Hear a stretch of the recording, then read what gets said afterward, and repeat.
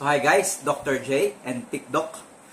So, ang video na ito ay sasagutin natin yung mga comments and questions ninyo from the last video. Yung last video natin is mataas na blood pressure, what to do, Dr. J? So, kung mataas ang BP na 160/90, ano yung pwede mong gawin? Anong klase ka ba na hypertensive? Ikaw ba yung nagpapanik? O ikaw yung kalma lang?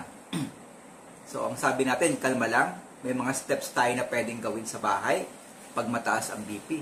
Pero may mga comments tayo, so we will answer them and we will try to expand. Okay? So, by the way, meron na po tayong 400,000 subscribers and 3,500 na lang po, we will reach the 500,000 mark. So, yung katabi ninyo, yung kasama nyo sa bahay, yung mga chat group ninyo, paki-send yung ating video and paki-subscribe po kay Dr. J para ma-reach naman natin yung 500,000 subscribers. And we have more than 300 videos.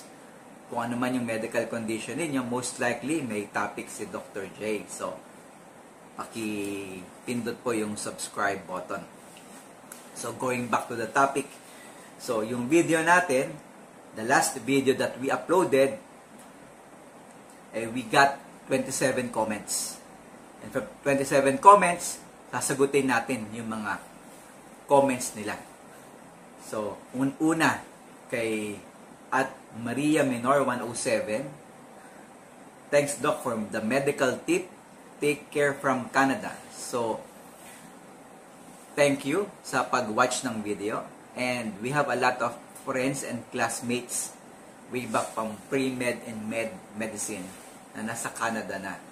So, I hope you're doing well. And God bless po sa inyo lahat dyan sa Canada. Doc, bagay po yung aura ninyo. Ba? So, keep it up and God bless always. Salamat din po and God bless you. And usually, ang advice natin para mas maayos po yung ating blood pressure is to make sure na magkaroon kayo ng 7 hours of sleep a day. Okay? Hindi po 5, hindi 4, hindi 3, kundi 7 straight hours of sleep. Yung quality ng sleep should be dapat yung talagang mahimbing na tulog, ha? Hindi yung 7 hours, pero bangon ka naman ng bangon. So, pagka ganyan po, mas gaganda yung blood pressure ninyo. Sabi kay Atlena, salamat Doc sa mga payo ninyo kung ano ang dapat gawin pag tumataas ang blood pressure. Kaya may natutunan ako, kaya tatandaan ko lahat ng mga tinuro ninyo kung anong dapat gawin pag tumaas. At una, huwag magpapanik. Yan ang sabi ni Lena. Tama ka dyan, Lena. No? Pag nagpanik ka, mas mag-shoot up ang blood pressure mo. Bibilis ang heartbeat, tataas ang BP. So, you will end up na talagang may stress ka. So, kalma lang muna. And then, meron tayong comment na kay at Lainea Yama 1655. Sabi niya, buti na lang lagi ako may stock na kamote sa freezer, Doc. Salamat po sa advice.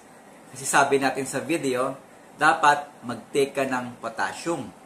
And pag nag-take ka ng potassium, it can lower the blood pressure. Mas mataas ang potassium ng kamote kaysa sa banana. Okay? So, ang potassium ng kamote is 1.5 times higher kaysa sa saging. Yun nga lang, ang banana madaling kainin.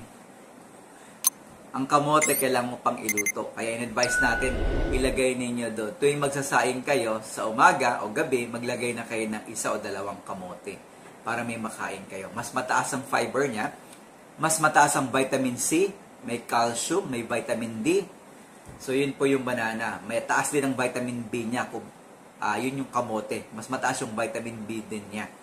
So, mataas ang potassium. So, kung titimbangin ninyo yung dalawa, mas lamang yung kamote kaysa sa banana. Yun nga lang, kailangan mong lutuin yung kamote. Tsaka yung glycemic index ng kamote ay 70 compared sa banana na 50. So medyo mataas ng konting glycemic index. Pero hindi ka naman kakain ng madami, di ba? Isang piraso lang. Sabi ni Marita Miranda, TY po for the information. Ang channel po natin is naka-advocate po tayo to giving more health information. In fact, yung mga patient ko na hindi na nakapag-check up, pag bumalik po sa akin ng after a long time, sa YouTube na lang nanonood para daw, at least parang na-advise na sila at parang may natutunan na sila for their health concerns. Kay Rosana, sabi niya, thank you. Kay Jovit, thank you rin. So, salamat din po for watching. Kay Robert Fulhenshaw Sr., good morning, Doc. Good morning din po. And kay Marie Ladaza, thanks, Doc. So, salamat din po for watching our video. Salamat sa advice, sabi ni Alfred. And kay Marites, Doc, nag-accept ba kayo ng MaxiCare? So, actually, we accept all kinds of HMO doon sa clinic natin. Okay? May thumbs up naman si Jovit Flores. And then si Luz Viminda, may heart. May heart pa siyang ganyan. Okay? Kay Victor Tadeo, salamat po, Doc J. At your service po, Mr. Victor Tadeo. And also Luz Viminda Santos. Kay Meritan 9470, saan po ang clinic ninyo? Thanks for reply. Isa na lang po ang clinic ko ngayon sa Camarin Doctors Hospital. So, paki-check po yung Facebook account ng Camarin Doctors, makikita ninyo pati sa website. Makikita ninyo yung schedule ng clinic ko. At the same time, marami din po tayong mga specialist doon. Lahat ng specialist po available doon sa Camarin Doctors Hospital. Doc, ako po ay mataas ang BP pag kinakabahan, sabi ni Christian Valencia. Yes, pwede talagang mag-shoot up ang BP pag kinakabahan kasi increase in heart rate. And autonomic po yan. Diba? Pag autonomic, yung epekto ng autonomic nervous system natin sa blood pressure, sa heart rate, cascade na po yan. Sunod-sunod na siya. Parang domino. Pag binagsak mo yung isa, tuloy-tuloy na. Sunod-sunod na yung iba. Magkakakonekta. So, ganyan din po yung effect sa blood pressure natin. Kaya, kalma lang. Doc, pwede po ba yung, Doc, pasyente niyo ako sa MCU? Saan po kayo nang gagamot sa Caloocan? Dito po kami sa Baysa. Sa Camarin na lang po ako ngayon, but hopefully we can go back to MCU once a week. Doc, pwede po ba yung mainit na tubig na kaya ng paa sa balde, maligamgam na tubig, punas sa batok at tenga? Yes, kung alam niyo po yung onsen sa Japan, warm bath po yan. May pag-aaral na kapag nagwa-warm bath ka ng 2 to 3 times a week, mas less ng 20% ang stroke at high blood pressure complications. Kaya ginagawa na siyang routine sa Japan. Tsaka sa Finland, may warm bath or warm spa. So, maganda rin po siya. Gagawin nating topic yan next time. Yung 3 beses na warm bath, nakababad ka sa mainit na tubig. It can lower the blood pressure. At the same time, yung complications. So, maraming salamat sa question mo. Sipag lang TV. Okay? Kay Evelyn, I can open your message. Doc, good PM. Ako po nagpa-check 136.77. Normal po ba? Sabi ni Palabio the Great. Yung 136/77, borderline po siya. It needs to be monitored po. Okay? Mainit po ba o malamig na tubig?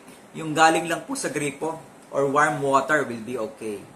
Then, yun lang po yung mga comments natin. Lahat po, thank you yung sabi. So, kung may tanong medical o may nararamdaman, ang tanong ng bayan, kay TikDoc, everything is clear. What to do? Dr. J.